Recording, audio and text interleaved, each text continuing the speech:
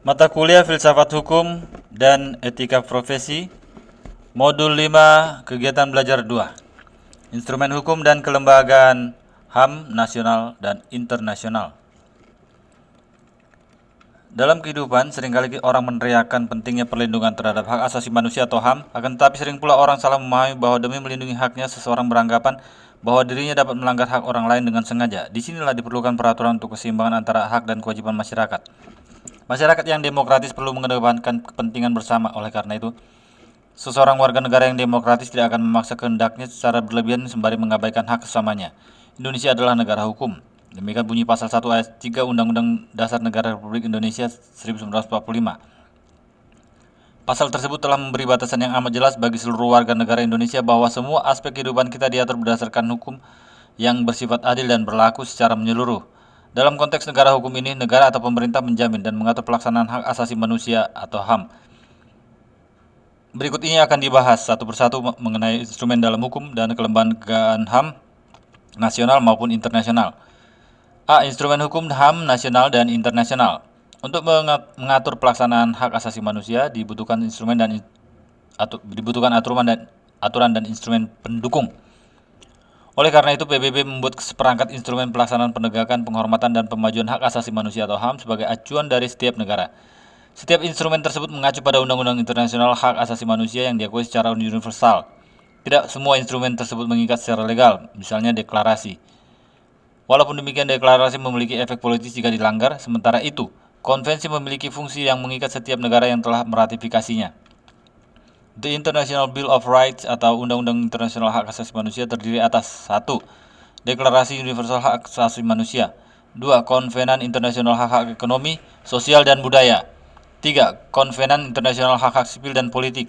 4. Protokol Opsional Konvenan Internasional Hak-Hak Sipil dan Politik. 5. Protokol opsional kedua Konvenan Internasional Hak-Hak Sipil dan Politik untuk penghapusan hukuman mati. Sementara itu, terdapat 9 instrumen pokok HAM yang menjadi penjabaran lebih detail tentang prinsip, mekanisme, serta mengatur sanksi hukum. Setiap instrumen tersebut memiliki badan atau komisi yang bertugas untuk mengawasi, membuat laporan, dan meminta pertanggungjawaban negara tersebut. Berikut beberapa instrumen hukum HAM internasional beserta badan pengawasnya. Nomor, instrumen, akronim, tanggal, badan pengawas. Instrumen, Konvensi Internasional Penghapusan Segala Bentuk Diskriminasi Rasial, diresmikan tanggal 21 Desember 1965. Konvenan Internasional Hak Sipil dan Politik, 16 Desember 1966. Protokol Opsional Konvenan Internasional Hak-Hak Sipil dan Politik, 16 Desember 1966. Sama. Protokol opsional kedua Konvenan Internasional Hak Sipil dan Politik untuk penghapusan hukuman mati. 15 Desember 1989.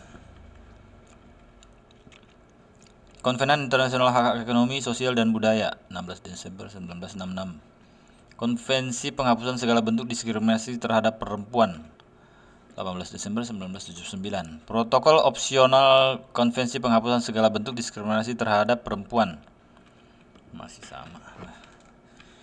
Konvensi menentang penyiksaan dan perlakuan atau penghukuman lain yang kejam, tidak manusiawi, dan merendahkan martabat manusia. Tapi hukuman mati tidak termasuk. Protokol Opsional Konvensi menentang penyiksaan dan perlakuan atau penghukuman lain yang kejam, yang tidak manusiawi, dan merendahkan martabat manusia. Diulang. Konvensi Hak Anak, wajib. Protokol Opsional Konvensi Hak Anak tentang keterlibatan anak dalam konflik bersenjata. Protokol Opsional Konvensi Hak Anak tentang perdagangan anak, prostitusi anak, dan pornografi anak. Konvensi Internasional Perlindungan untuk Buruh Migran dan Keluarganya. Konvensi Hak-Hak Penyandang Cacat. Protokol Opsional Konvensi Hak-Hak Penyandang Cacat. Selain peraturan perundang-undangan sebagaimana disebutkan di perlindungan HAM juga dilaksanakan dan mengacu pada berbagai instrumen HAM internasional. Beberapa instrumen hukum HAM itu sebagai berikut. 1. Hukum kebiasaan. Hukum kebiasaan adalah praktik hukum yang diterima sebagai hukum. Hukum kebiasaan ini menjadi salah satu sumber hukum yang digunakan oleh Mahkamah Internasional dalam menyelesaikan berbagai sengketa internasional, antara lain larangan pembantaian massal, larangan perbudakan, dan perdagangan manusia, dan lain-lain. 2. Piagam PBB. Ketentuan mengenai HAM dan piagam PBB misalnya terdapat dalam ketentuan pasal 1, pasal 55 dan pasal 56. 3. The International Bill of Human Rights. The International Bill of Human Rights adalah istilah yang digunakan untuk menunjukkan 3 instrumen utama HAM beserta dengan protokol opsinya. B. Instrumen HAM nasional dan internasional. 1. Instrumen HAM nasional Indonesia. Instrumen artinya alat yang dipakai untuk mengerjakan sesuatu atau seperangkat alat untuk memperoleh data sebagai bahan pengolahan. Suatu peraturan dibutuhkan untuk melindungi HAM, seperti yang kita lihat dari peristiwa-peristiwa yang ada. Pemerintahan merampas hak politik warga negara dengan alasan mempertahankan stabilitas keamanan. Demi menghindari tindakan perampasan HAM inilah diperlukan adanya suatu instrumen hukum yang melindungi segenap hak kodratif tersebut. Negara Indonesia adalah negara hukum. Dalam konteks negara hukum, negara atau pemerintah menjamin dan mengatur pelaksanaan HAM, yakni mengatur batas-batasnya dan mengatur bagaimana hak itu dilaksanakan demi kepentingan bersama, kepentingan rakyat, kepentingan warga negara, serta kepentingan bangsa dan negara. Berbagai aturan tersebut tercakup dalam Instrumen Hak Asasi Manusia. Instrumen Hak Asasi Manusia atau HAM di Indonesia antara lain sebagai berikut. A. Undang-Undang 1945. Undang-Undang Negara Republik Indonesia tahun 1945 mempunyai hak-hak asasi manusia cukup lengkap. Secara garis besar, hak asasi manusia yang tercantum dalam Undang-Undang Dasar Negara Republik Indonesia 1945 sebagai berikut. 1. Hak asasi manusia sebagai hak segala bangsa, tercantum pada alinea 1 pembukaan Undang-Undang Dasar 1945. 2. Hak asasi manusia sebagai hak warga negara tercantum pada pasal 27, 28, 28D, ayat 3, pasal 30, dan pasal 31. 3. Hak asasi manusia sebagai hak-hak tiap penduduk tercantum dalam pasal 29 ayat 2. 4. Hak asasi manusia sebagai hak perorangan atau individu tercantum dalam pasal 28 huruf A sampai J. B. TAP MPR nomor 17 MPR 1998. C. Undang-Undang nomor 39 tahun 1999 tentang hak asasi manusia atau HAM. Undang-Undang nomor 3 tahun 1999 tentang hak asasi manusia memuat 11 bab dan 106 pasal. 2. Mekanisme HAM nasional. Mekanisme dalam penegakan HAM meliputi beberapa hal sebagai berikut. 1. Adanya peraturan memberikan jaminan perlindungan terhadap hak asasi manusia agar mendapat kepastian hukum. Jaminan ini antara lain melalui Pancasila yang menjamin HAM, terutama sila kedua dan pembukaan UUD 1945. B. Adanya alat negara yang dibentuk untuk menegakkan HAM. Komisi Nasional HAM yang pada awalnya dibentuk dengan Kepres nomor 50 tahun 1993 merupakan respon terhadap tuntutan masyarakat atau tekanan dunia internasional akan perlunya penegakan HAM di Indonesia. Kemudian dengan lahirnya Undang-Undang nomor 39 tahun 1999 tentang HAM yang mengatur Komnas HAM bab 8 pasal 75 sampai pasal 99. Komnas HAM yang terbentuk dengan Kepres tersebut harus menyesuaikan diri dengan Undang-Undang nomor 39 tahun 1999. Tujuan Komnas HAM adalah mengembangkan kondisi yang kondusif bagi pelaksanaan HAM sesuai dengan Pancasila, Undang-Undang Dasar 1945 dan Piagam Perserikatan Bangsa-Bangsa serta Deklarasi Universal Hak Asasi Manusia. Selain itu dijelaskan juga bahwa meningkatkan perlindungan dan penegakan HAM guna berkembangnya pribadi manusia Indonesia sesungguhnya dan kemampuan berpartisipasinya dalam berbagai bidang kehidupan. Perbuatan pelanggaran HAM yang dapat diadukan ke Komnas HAM sebagaimana diatur Undang-Undang nomor 39 tahun 1999 tentang hak asasi manusia sebagai berikut.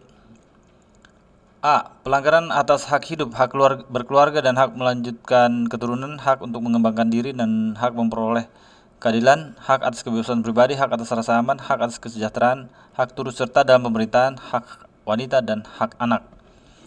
Dalam rangka melaksanakan kewajiban atau tugas-tugasnya, Komnas HAM wajib menyampaikan laporan tahunan tentang pelaksanaan fungsi, tugas, wewenangnya, kondisi HAM, serta perkara-perkara yang ditanganinya kepada DPR dan Presiden dengan tembusan kepada Mahkamah Agung. Beberapa alat negara lainnya yang dibentuk dalam rangka penegakan HAM nasional adalah Komnas Perempuan berdasarkan Kepres, Komnas Perlindungan Anak KPAI, Komisi Perlindungan Anak berdasarkan Undang-Undang Nomor 23 tahun 2002 tentang Perlindungan Anak, Pengadilan HAM serta Komisi Kebenaran dan Rekonsiliasi KKR berdasarkan Undang-Undang Nomor 27 tahun 2004. 3. Instrumen HAM internasional. Setiap negara memiliki kewajiban moral untuk mematuhi setiap hukum internasional, namun kewajiban moral tersebut tidaklah cukup. Deklarasi misalnya dipahami sebagai sebuah imbauan moral kepada setiap negara. Oleh karena itu, tidak memiliki kekuatan hukum yang dapat memaksa setiap negara. Kalaupun ada sanksi, lebih pada sanksi moral, artinya tak ada sanksi yang bisa dikenakan jika dalam satu waktu negara tersebut tidak mematuhinya. Instrumen internasional hak asasi manusia dibuat sebagai panduan setiap negara dalam melaksanakan penegakan, penghormatan, dan pemenuhan hak asasi manusia. Instrumen tersebut terdiri atas deklarasi, kovenan, dan konvensi, dan protokol opsional. Oleh karena itu diperlukan beberapa proses yang mendalam oleh setiap negara agar terikat dengan setiap instrumen tersebut. Sebelum lebih jauh, ada baiknya kita memahami definisi dari beberapa instrumen. Ini akan membantu kita memahami lebih jauh bagaimana instrumen tersebut dapat mengikat suatu negara dan konsekuensinya. A. Kovenan adalah sebuah perjanjian multilateral yang mengikat pemerintahan suatu negara dengan hukum internasional untuk membuat satu aturan tentang satu hal atau permasalahan. Konvensi digunakan untuk perjanjian seperti kovenan hak sipil dan politik. Kovenan adalah perjanjian multilateral dan ditujukan untuk norma dan pelaksana HAM. Negara yang meratifikasi, menandatangani, dan menerima terikat secara hukum pada perjanjian ini. B. Konvensi adalah sebuah perjanjian multilateral yang mengikat pemerintahan suatu negara dengan hukum internasional untuk membuat satu aturan tentang satu hal atau permasalahan. Konvensi digunakan untuk perjanjian secara spesifik seperti konvensi hak anak. Secara kasar, konvensi mempunyai arti yang sama dengan perjanjian, kovenan, fakta, atau kesepahaman yang semuanya merujuk pada instrumen hukum internasional. Protokol opsional adalah sebuah instrumen perjanjian yang mengambil perjanjian sebelumnya dan memberikan negara pihak untuk terikat dengan syarat. Ini tidak diwajibkan kepada negara pihak walaupun terikat pada perjanjian. Protokol opsional merupakan instrumen yang terkait dengan prosedur yang baru dan atau norma yang substantif.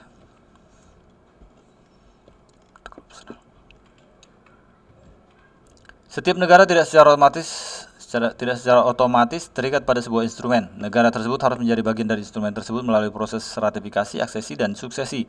Setelah melalui salah satu proses, satu negara akan menjadi negara pihak. PBB tidak mewajibkan setiap negara untuk menjadi pihak dalam sebuah instrumen tersebut. Negara memiliki kebebasan untuk menentukan instrumen mana saja mereka akan menjadi negara pihak sesuai dengan agenda atau kemampuan mereka dalam melaksanakannya. Namun, setiap negara didorong untuk meratifikasi semua instrumen tersebut walaupun masih banyak negara seperti Amerika Serikat yang tidak meratifikasi beberapa instrumen pokok HAM. Salah.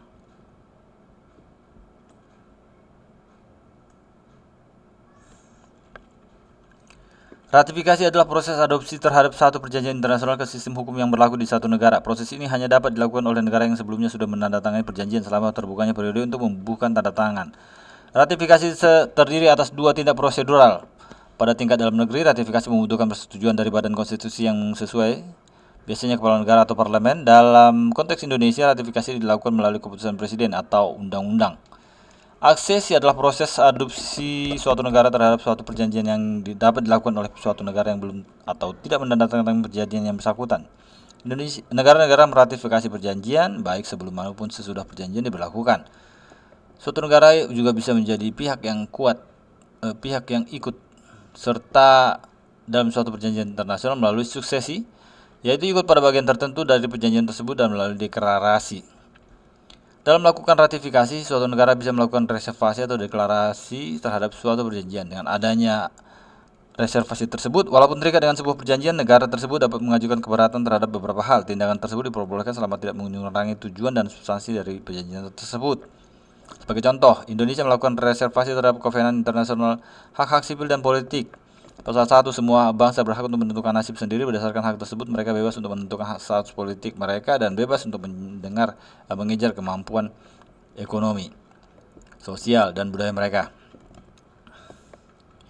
Walaupun tidak ada penjelasan yang pasti, diduga pembelajaran yang dilakukan oleh pemerintah Indonesia terkait dengan lepasnya Timor Timur, sekarang Timor Leste.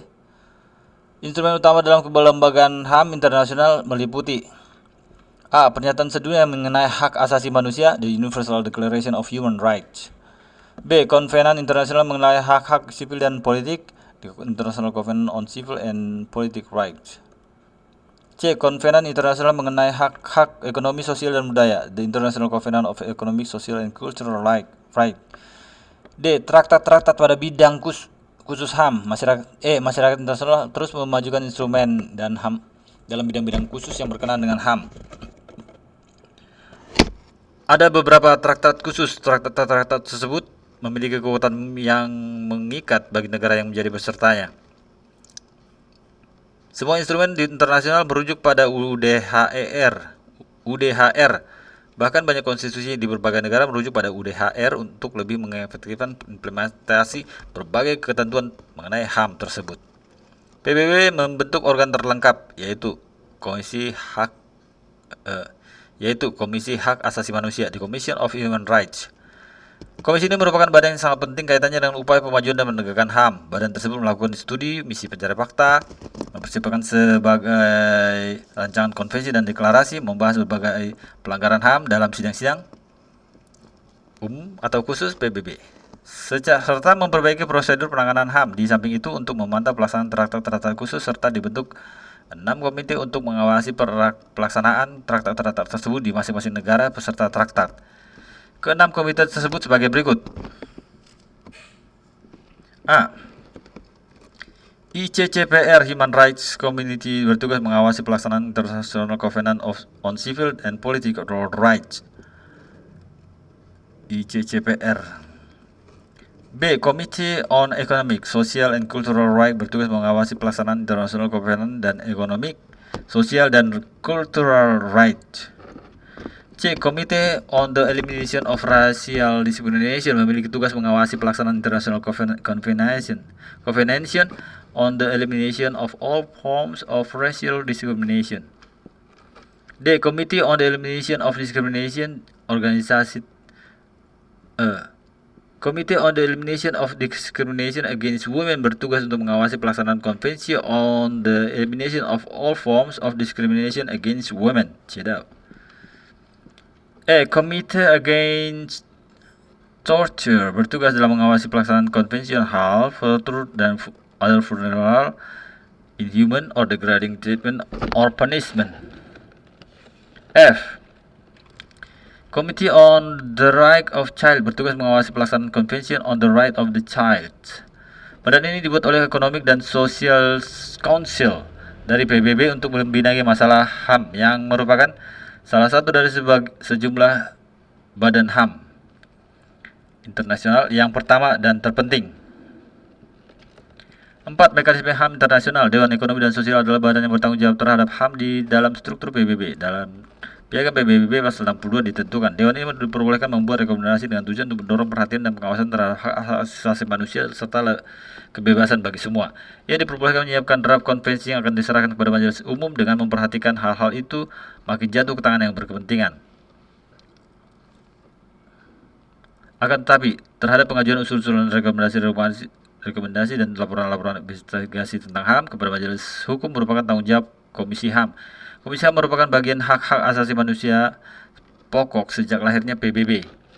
Ia terdiri atas 53 anggota dari macam-macam bagian dunia yang dipilih untuk waktu 3 tahun. Komisi ini mengadakan rapat selama 6 minggu setiap tahunnya di Jenewa. Komite-komite terbentuk di bawah perlindungan komisi yang bertanggung jawab untuk melaksanakan 6 alat internasional. Mereka melaporkannya kepada Dewan Ekonomi Nasional yang kemudian menyerahkan informasi itu ke majelis umum komite-komite itu. A. Komite tentang hak asasi manusia. B. Komite Ekonomi dan Sosial. C. Ketua Penghapusan Kriminasi Rasial. D. Komite Hak-Hak Anak. Sementara itu, lembaga-lembaga DPP yang melindungi HAM di Komisi Tua tinggal A. Komisi Tinggi HAM PBB. Yang melindungi HAM. B. Komisi HAM PBB. Komisi Tinggi dan Komisi HAM. C. Subkomisi PBB tentang pencegahan diskriminasi dan perlindungan terhadap kaum minoritas. Mekanisme pelaksanaan dalam PBB merupakan anggota badan perjanjian konvensi apapun yang harus berasal dari negara yang telah meratifikasi konvensi tertentu. Negara wajib menyampaikan laporan dalam 1 tahun setelah mereka meratifikasi atau menyetujui konvensi, setiap 2-5 tahun setelah itu, atau tergantung dari konvensi.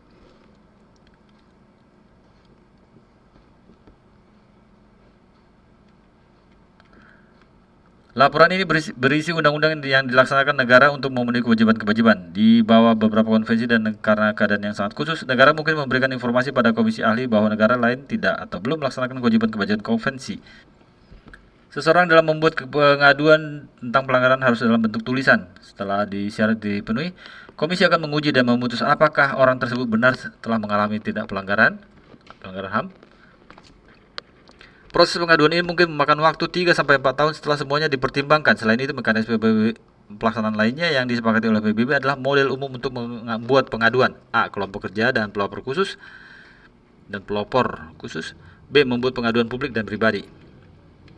5. Implementasi instrumen serta mekanisme HAM nasional dan internasional. Pembentukan instrumen dan mekanisme HAM dimaksudkan untuk menegakkan HAM, terutama di Indonesia, dapat berjalan dengan baik dan benar. Namun berdasarkan beberapa kasus pelanggaran HAM di Indonesia, penanganannya belum maksimal dan hal ini semakin memperlihatkan bahwa instrumen dan mekanisme HAM, terutama instrumen dan mekanisme HAM nasional tersebut belum terimplementasi dengan baik. Salah satu kasus pelanggaran HAM yang penanganannya masih buruk sebagai berikut.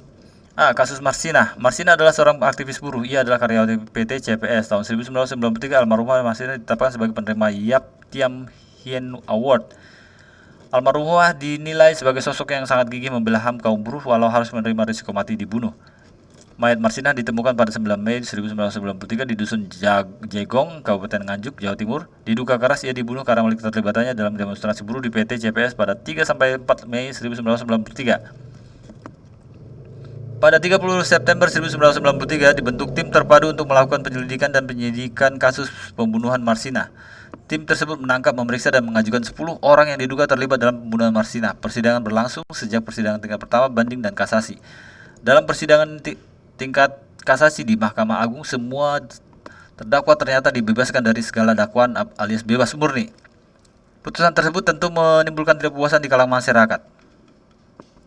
B. Kasus Timur Timur. Kasus Timur Timur yang dimaksud dalam pembahasan ini adalah berbagai peristiwa kekerasan yang terjadi di Timur Timur setelah jajak pendapat tahun 1999. Hal ini termasuk membumi hangusan kota Dili.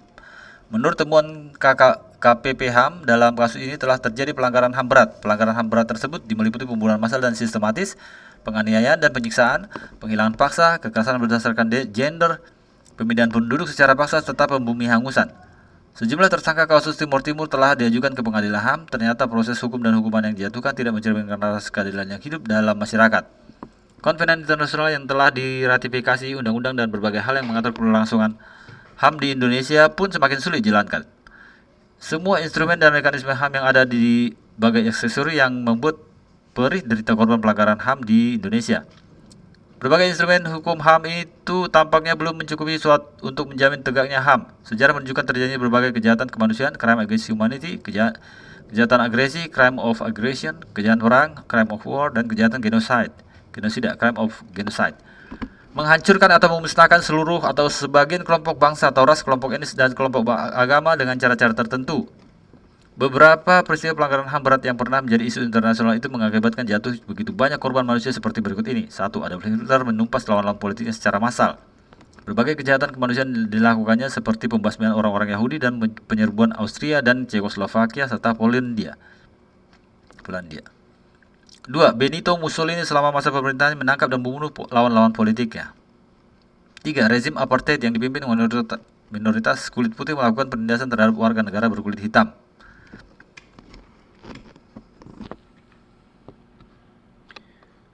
Rangkuman. Berdasarkan uraian di atas dapat disimpulkan bahwa hak asasi manusia adalah hak dasar yang melekat pada diri manusia yang sifatnya kodrati dan universal sebagai karunia Tuhan yang Maha Esa dan berfungsi untuk menjamin kelangsungan hidup, kemerdekaan, serta perkembangan manusia dan masyarakat yang tidak boleh diabaikan, dirampas, atau diganggu-gugat oleh siapapun. Setiap orang berhak bebas dari dan mendapatkan perlindungan terhadap perlakuan yang bersifat diskriminatif sehingga dibutuhkan instrumen dan mekanisme HAM untuk melindungi HAM tersebut. Instrumen HAM nasional diantaranya adalah Pancasila UUD 1945 TAP MPR RI nomor 17 MPR/1998 tentang HAM dan peraturan perundangan lainnya. Instrumen HAM internasional antara lain adalah Piagam PBB dan Deklarasi Universal Hak Asasi Manusia. Beberapa negara yang dibentuk dalam rangka penegakan HAM nasional yaitu Komnas HAM, Komnas Perempuan berdasarkan Kepres, Komnas Perlindungan Anak KPAI berdasarkan Undang-Undang Nomor 23 Tahun 2002 tentang Perlindungan Anak, Pengadilan HAM, serta Komisi Kebenaran dan Rekonsiliasi KKR berdasarkan Undang-Undang Nomor 27 Tahun 2004 terhadap pengajuan usulan-usulan, rekomendasi-rekomendasi, dan laporan-laporan investigasi tentang HAM kepada Majelis Umum merupakan tanggung jawab Komisi HAM yang dijelaskan dalam bahasan mekanisme instrumen HAM internasional. Dengan demikian, modul 5 kegiatan belajar 2 selesai. Terima kasih.